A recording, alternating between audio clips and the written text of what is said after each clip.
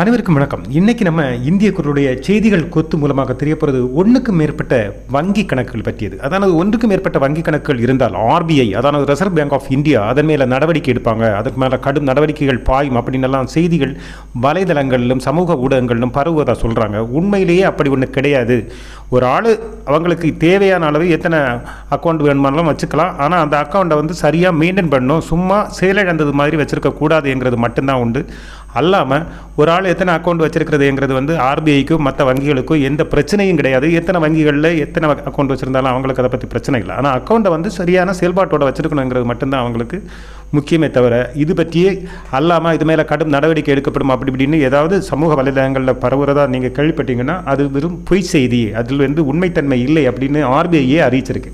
இனி ஒன்று என்னென்னா, unique identification authority of India, அதாவது நமக்கு ஆதார் கார்டு, நம்மளுடைய தேசிய அடையாள அட்டையை வழங்குகிற நம்மளுடைய ஆதார் கார்டுக்கு 2024 டிசம்பர் 14 வரைக்கும் நம்மளுடைய ஆதார் கார்டில் நம்மளுடைய முகவரியோ ஃபோன் நம்பரோ ஃபோட்டோவோ இல்லை 10 வருஷத்துக்கு மேலாக நம்ம அந்த ஐடி கார்டில் எதுவுமே மோடிஃபிகேஷன் பண்ணலை, இல்லைனா அதுக்கு அப்டேட் பண்ணலை அப்படின்னா அதை பண்ணுறதுக்காக நமக்கு இது கொடுத்துருந்தாங்க. இல்லை நம்ம தவறுதலாக முகவரி மாறி இருக்கலாம், வாடகை வீட்டில் இருந்திருக்கலாம், இல்லைனா ஐடி கார்டில் ஏதாவது மாற்றங்கள் வந்திருக்கலாம், ஃபோன் நம்பர் மாற்றங்கள் வந்திருக்கலாம்.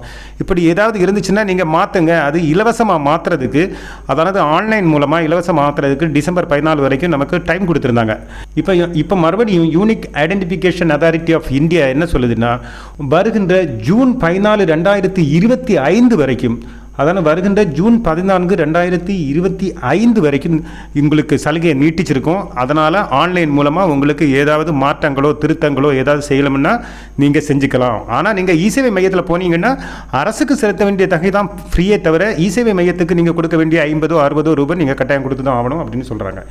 சரி, இனி அடுத்தது இன்னொன்று பார்த்தோம்னா, பொய் வழக்கு போடும் காவல்துறை அதிகாரிகள் பற்றியது. அதாவது மத்திய பிரதேசத்திலிருந்து ஒரு பொய் வழக்கு, அதாவது ஒரு கொலை குற்றத்திற்காக ஒரு பொய் சாட்சிகளை எல்லாம் உருவாக்கி எடுத்து ஒரு வழக்கு போனதை பற்றி எல்லாம் சுப்ரீம் கோர்ட்டில் ஒரு வழக்கு பிரச்சனை வந்திருக்கு.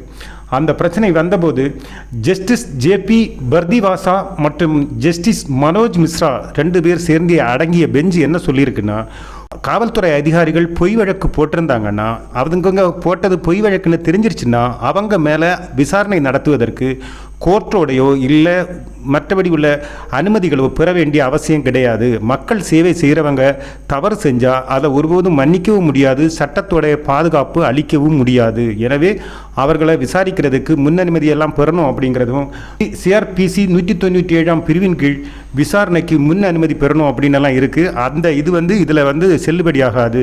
அதனால் அனுமதி பெற வேண்டிய அவசியம் இல்லைங்கிற மாதிரியெல்லாம் சுப்ரீம் கோர்ட் சொல்லியிருக்காங்க. அதனால் பொய் வழக்கு போடுறவங்களை அரசும் சட்டமும் காப்பாற்றாது அப்படின்னு காவல்துறை அதிகாரிகளை எச்சரிக்கிற வண்ணம் இந்த தீர்ப்பு இருக்கிறதா சொல்கிறாங்க.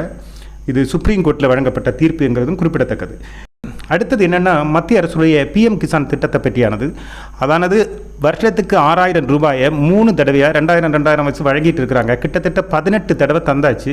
இனி 19வது தடவை ஜனவரி மாதம் 2வது வாரம் கிடைக்கும் அப்படின்னு சொல்கிறாங்க. இது மட்டும் இல்லை, இப்போ அவங்க கட்டாயம் வருஷத்தில் 3 தவணையாக அவங்க பிரித்து தர்றதுக்கு மாதத்தையும் அவங்க கரெக்டாக இப்போ வரையறுத்துட்டாங்க. இனியெல்லாம் நீங்கள் எந்த மாதம் கிடைக்குங்கலாம் குழம்ப வேணாம். சரியாக டிசம்பர் மாதமும் ஏப்ரல் மாதமும் ஆகஸ்ட் மாதமும் கிடைக்கிற மாதிரி அவங்க இனி வழங்குவாங்க.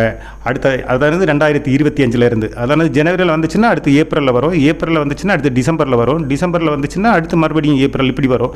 ஒருவேளை இதுக்கு முந்தின உள்ளவங்களுக்கு கிடைக்கல அப்படின்னா 2 தடவை உள்ளது சேர்த்து கிடைக்கும். அதனால் குழம்ப வேண்டாம். மக்கள் அதாவது விவசாயிகள் குழம்ப வேண்டாம்னு சொல்கிறாங்க. ஆனால் அதுக்கு கேஐசி ரொம்ப இம்பார்ட்டண்ட்ங்கிறாங்க. அதாவது நம்மளுடைய தகவல்களை அப்டேட் செய்ய வேண்டியது, அதாவது அது புதுப்பிக்க வேண்டியது ரொம்ப இம்பார்ட்டண்ட்டு.